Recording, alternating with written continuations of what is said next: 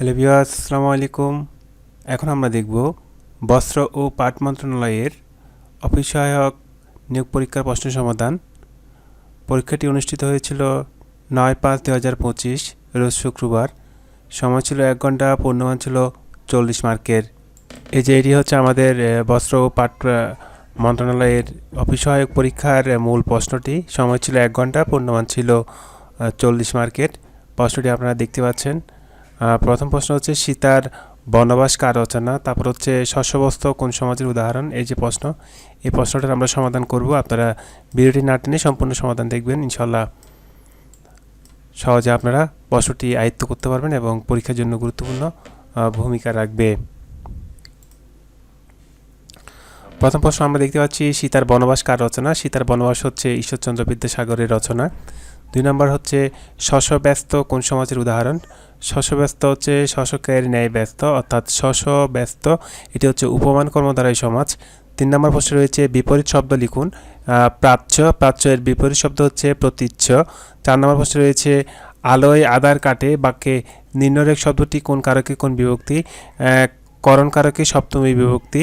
এটি হচ্ছে আলোয় আধার কাটে, এটি হচ্ছে করণ কারকে সপ্তমী বিভক্তি। 5 নম্বর প্রশ্ন রয়েছে ইঁদুর কপালে বাগদাটির অর্থ কী। ইঁদুর কপালে বাগদাটির অর্থ হচ্ছে মন্দভাগ্য।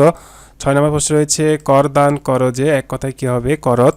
কর দান করে যে এক কথায় হবে করত। 7 নম্বর প্রশ্নে রয়েছে কোনটি শুদ্ধ বানান। এখানে হচ্ছে অধ্যাপী, এটি হচ্ছে শুদ্ধ বানান, অর্থাৎ খ নম্বর অপশনটির মধ্যে রয়েছে অধ্যাপী, এটি হচ্ছে শুদ্ধ বানান। 8 নম্বর প্রশ্ন রয়েছে সন্ধি বিচ্ছেদ করুন। ষষ্ঠী, ষষ্ঠী এর সন্ধিবিচ্ছেদ হচ্ছে ষষ্ঠ যুগ দীর্ঘী, এটি হচ্ছে ষষ্ঠী এর সন্ধি বিচ্ছেদ।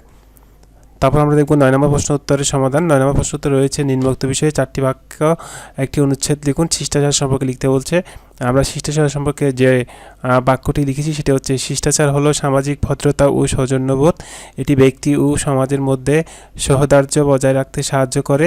শিষ্টাচারবান মানুষ সমাজে সম্মান পায়, তাই আমাদের সবাইকে শিষ্টাচার চর্চা করা উচিত। 10 নম্বর প্রশ্নে রয়েছে রোড সেফটি প্যারাগ্রাফ লেখার জন্য বলা হয়েছে। Road safety means following rules to stay safe on the road. We should obey traffic signal, drive and save speed and use seat belt. Drivers should not use mobile phone while driving. Pedestrians must use footpath and cross at zebra crossing. If everyone follows the rules, we can stop accident and save lives. 11 নম্বর প্রশ্ন ছিল translate into English. ক নম্বরে হচ্ছে ইচ্ছা থাকলে উপায় হয়। Where there is a will there is a way. তার হাতের লেখা ভালো। His handwriting is good. তুমি কি বইটি পড়ে শেষ করেছ। Have you finished reading the book. 12 নম্বর প্রশ্ন রয়েছে ফিল ইন দ্য ব্ল্যাঙ্কস, অর্থাৎ প্রিপোজিট প্রিপোজিশন। প্রিপোজিট প্রিপোজিশন থেকে প্রথম প্রশ্ন রয়েছে হি ইজ এ সুইটেবল, সুইটেবলের সাথে ফর হবে he is suitable for the post. B number রয়েছে he is fond of sweet. C number রয়েছে উই লার্ন ফ্রম মিস্টেক, লার্নের সাথে ফ্রম মিস্টেক হবে। পরবর্তী আমরা প্রশ্ন দেখব কত 12 নম্বরের পর আমরা 13 নম্বর প্রশ্নটি দেখব। 13 নম্বর প্রশ্নটি ছিল শতকরা বার্ষিক কত মুনাফায় 3000 টাকার 500 বছরের মুনাফা 1500 টাকা হবে। এটি আমরা খুব সহজে করতে পারবো। আমরা জানি I is equal to P R N, অর্থাৎ এখানে আই হচ্ছে মুনাফার, আর হচ্ছে পি হচ্ছে আসল, আর হচ্ছে মুনাফার হার, আর সময় হচ্ছে এন, 5 বছর দেওয়া আছে, সব দেওয়া আছে। আমাদেরকে মুনাফার হার বের করতে হবে। মুনাফার হার মানে হচ্ছে আর। আমরা জানি I is equal to P R N. এখান থেকে আমরা যেহেতু আর মান বের করবো, আরটাকে আমরা এই পাশে রেখে দিব, আর বাকিগুলোকে আমরা এই পাশে ট্রান্সফার করে দিব।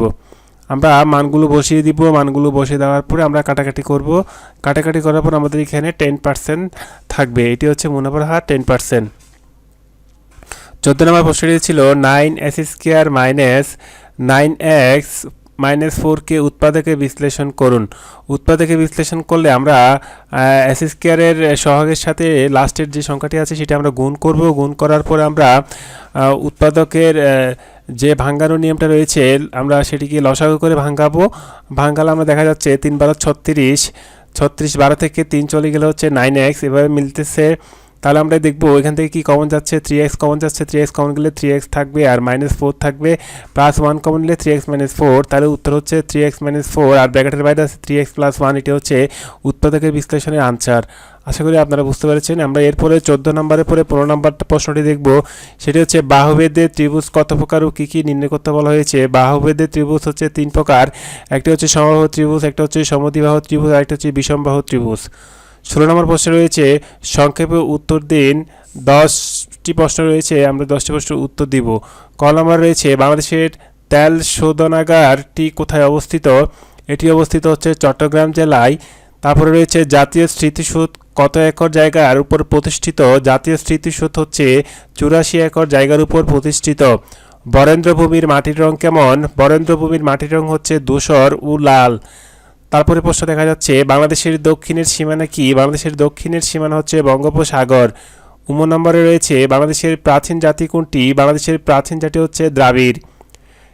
নম্বরে রয়েছে, শেরশাহ কবে জন্মগ্রহণ করেন। শেরশাহ জন্মগ্রহণ করেন 1472 খ্রিস্টাব্দে। কোন মোগল সম্রাট বাংলাকে জান্নাতাবাদ বলে ঘোষণা করেন। সেটা হচ্ছে সম্রাট হুমায়ুন। আন্তর্জাতিক পুলিশ সহযোগিতা দিবস কবে। এটি হচ্ছে 7 সেপ্টেম্বর। দহগ্রাম ও আঙ্গরপোতা বাংলাদেশের কোন উপজেলার অন্তর্গত। সেটি হচ্ছে পাটগ্রাম উপজেলা ও লালমনিরহাট জেলার অন্তর্গত। কত সালে বঙ্গ ভাষানুবাদ সমাজ প্রতিষ্ঠিত হয়। সেটি হচ্ছে 1850 সালে বঙ্গানুবাদ সমাজ প্রতিষ্ঠিত হয়। এই ছিল আমাদের আজকের আয়োজন। সবাইকে পরবর্তী আয়োজন দেখার আমন্ত্রণ জানিয়ে আমরা এখানে বিদায় নিচ্ছি। আল্লাহ হাফেজ। আসসালামু আলাইকুম।